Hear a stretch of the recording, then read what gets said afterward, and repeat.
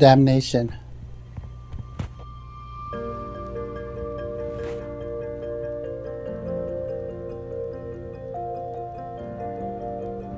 Bleak. Oppression. Small. Small. They're beautiful and sad at the same time. It's beautiful because you're surrounded by people that are just like you. But it's sad because everything that affects big cities, whether it's drugs or alcohol or everything's magnified on a reservation. You see it up front, like in your face. Sick. You know, there's alcoholism, there's abuse, there's domestic violence, there's a lot of things that go on a reservation that really goes overlooked. Just a compromise. It was an agreement forced agreement probably, that Native Americans were put kind of out of the way, out of sight. Prison. It's like where we're trapped. What do you think is the most common misconception about reservations? That there's some kind of abundance, that natives are happy, that they're caring for each other, that they live in some ancient way. Ooh, sad. Poor. A concentration camp. Reservations were made to isolate Indian people in hope that we would die off. Depressing. Unfair, because they're not as good as other lands. They're the land that the government and people don't want. Trapped? It wasn't great farmland, it wasn't great homeland, and so it kind of feels like a place off to the side. Even to this day, the natives are fighting for rights to keep the little what they have. There are no good reservations. Here's your reservation. You can't go across that boundary. This is your reservation. And I grew up on a Navajo reservation, and we're one of the few lucky people that got to remain where our homelands are.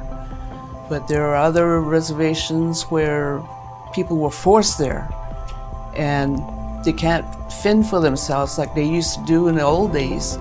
You can't hunt anymore, you can't fish anymore, because you're just stuck on a reservation on these substandard housing, living in third world country conditions.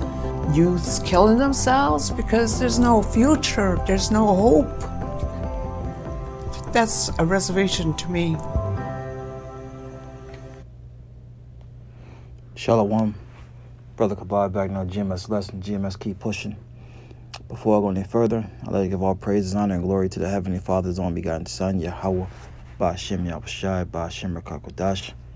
Double honors to our apostles and elders, the great millstone, for teaching us his truth according to the Bible and rule well. Another shalom, daughters and sincere occupants of the four corners of the earth, pushing his truth through diligence and sincerity and in charity. And another shalom to our sincere followers, believers of YAHAWAH, BAHASHAM, YAHAWASHI, not just hearers of the word, but doers as well. You men, women, and children, hopeful like shalom. All right, and I was watching this lesson. It's like I was watching this video, and just made me think Esau's gonna pay for this. He's gonna pay heavy, man. All right, I'm just gonna grab a few precepts and we're gonna wrap it on up. Lord, when it's edifying. This is James 2:13. For he shall have judgment without mercy. Who's gonna have judgment? The so-called white man, for all the atrocities he has done throughout the four corners of the earth, and what he has done to the apple of the Lord's eye, which are the children of Israel, the so-called Negroes, the so-called Latinos, so-called Native Americans. All right. This man had no mercy when he came over. And that's the MO of the so-called white man. Let's get that real fast. That was his MO. St. John 10:10. It reads, the thief is written in red letters, so is Lord YAHAWASHI, speaking of the word again, he calls Jesus. All right. That's his name in ancient Hebrew. St. John 10:10. The thief cometh not but for to steal. What did he steal? Nationalities. What did he steal? Land. All right. Any and everything, you name it, he stole it, man. All right. It says, and to kill. Who did he kill? Well, what did it say that Esau would do? When the days of his mourning of his father's at hand, he would pursue his brother Jacob. And he has still been doing that up until this very day. All right. It says, and to destroy. How do you destroy us? Well, one way was putting us on reservations, man. The most horrible lands. You can't grow anything. All right. In the harshest parts of the country. All right. Well, there's no livestock. All right. No animals to hunt. You can't fish. This devil's gonna pay, man. It says, I am come that they might have life and that they might have it more abundantly. And to water YAHAWAH BAHASHAM YAHAWASHI for that. All right. So let's go back. And this is why this devil's not gonna have any mercy, man, for what he has done. James 2:13, for he shall have judgment without mercy that have showed no mercy. Right? It have showed no mercy. Remember the curses? He didn't care about the old or the young, man. Slap chains on them, put them to work, rape, rob, murder, you name it, man. It says, and mercy rejoiceth against judgment. All right. This is Colossians 3. This is Colossians 3:25. But he that doeth wrong, who has done wrong? The so-called white man. He was created to be the wicked. And he has fulfilled that, man. All right. It says, but he that doeth wrong shall receive for the wrong which he have done. And there is no respect of persons. Right? The Lord don't care if you Israelites want to give this man a pass. No. No, the Heavenly Father's not going to give him a pass, man. All right? The Heavenly Father is not going to give this man a pass. He's going to receive for the wrong that he has done, man. All right? Let's grab another precept. Book of Revelation. Chapter 13, verse 9. If any man have an ear, let him hear. He that leadeth into captivity shall go into captivity. That's plain. All right. And who led us into captivity? A so-called white man. And we're still feeling the effects of that today. All right. It says, he that killeth with the sword must be killed with the sword. That's what the devil did. All right. We taught this man how to live off the land, how to survive the winters. And what did he do in return? He slaughtered us, man. Waited till we went out to war. Not the war slack, went out to hunt. All right. And what did they do? They came and burnt down our villages, slaughtered our women, our children. All right. And these are things that this look, it's all worth a Google. Just Google it. All right.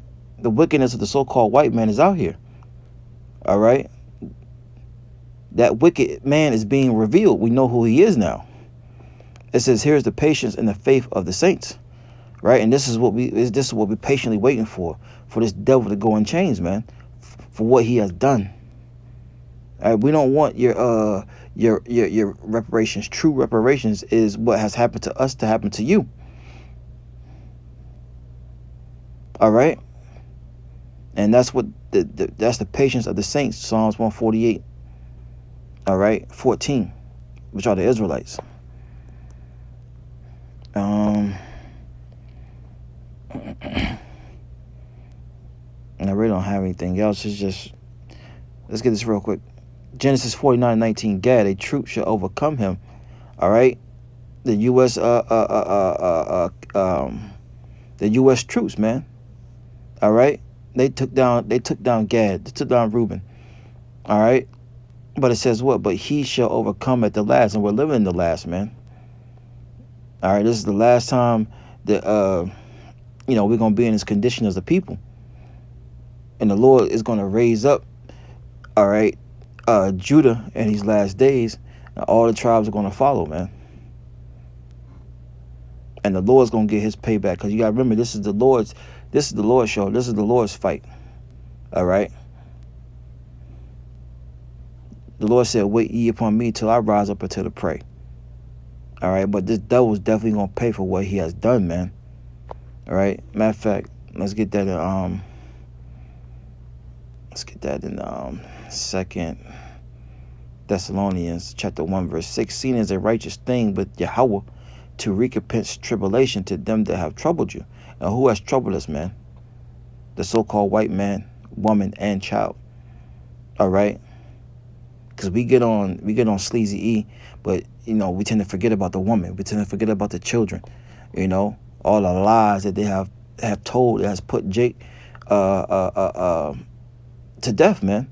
Look at the whole what was his name, man? Oh man, what was his name? I can't remember his name, but he they said he whistled the Edomite woman, and they beat him down, right? Beat him to death till his face was unrecognizable, and come to find out she lied about it. All right, so we're not going to forget about the woman and the child, because they're just as wicked. And the Lord said, what? 2 Thessalonians 1:6, seen as a righteous thing with Yahawah to recompense, pay back all the trouble, the tribulation to them that troubled you. All right, and that's going to be a beautiful thing, man. All right, we're going to meditate terrors upon these heathens, man. Start with Esau, Edom, and the kingdom. And that's what we patiently waiting for. So payback's coming in a big way, man. Lord willing, is edifying. Till next time I say shalom.